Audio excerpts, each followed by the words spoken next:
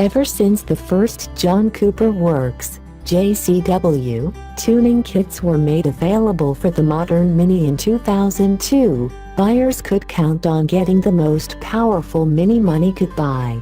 By 2008, parent BMW brought the JCW brand in-house and created its first factory car, adding not only more power but also better brakes and suspension bits. And now, thanks to a major underhood engine upgrade and substantive suspension refinements, my $33,240 base MSRP 2016 Mini JCW 3-door tester is not only the most powerful Mini ever but also the best handling and most refined. You can pretty much set your watch by the Mini product plan. The basic versions come first, followed by the progressively hotter iterations and myriad body styles. The arrival of a John Cooper Works version of the 3rd Gen F56 hatchback marks a coming of age, the equivalent of Porsche pulling the wraps from a 911 Turbo or GT3, and confirmation that we're well into the second year of sales of a Mini generation.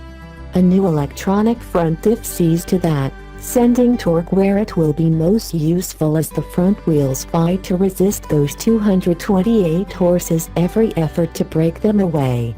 The JCW suspension has been revised, too, as have its brakes, and the exhaust has been returned to make a funkier noise. A 6-speed manual is standard, but my tester came with a $1,650 automatic gearbox with the same number of gears.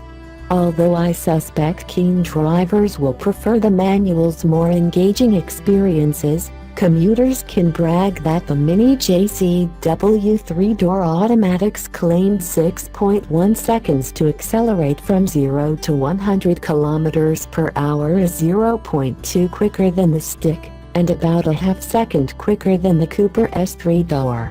Top speed in the Mini JCW 3-door, on a closed track, of course, is the same whether you shift gears for yourself or not, an impressive 246 km/h, 11 to 13 km/h faster than a Mini Cooper S.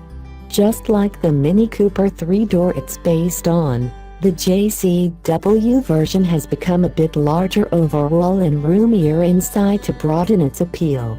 So while the 2016 Mini JCW 3-door's objective numbers may amaze, subjectively, the front-wheel drive, 2-door, 4-passenger hot hatch is even more impressive once you've spent some time behind its leather-clad steering wheel. Mechanical changes are of the tinkering and tweaking variety rather than a comprehensive makeover. Which, to be fair, was John Cooper's approach when he got his hands on the original Mini back in the 1960s. The front suspension geometry is changed and the JCW gets some unique aluminum suspension pieces. We're also told the rear suspension is stiffer than the standard cars.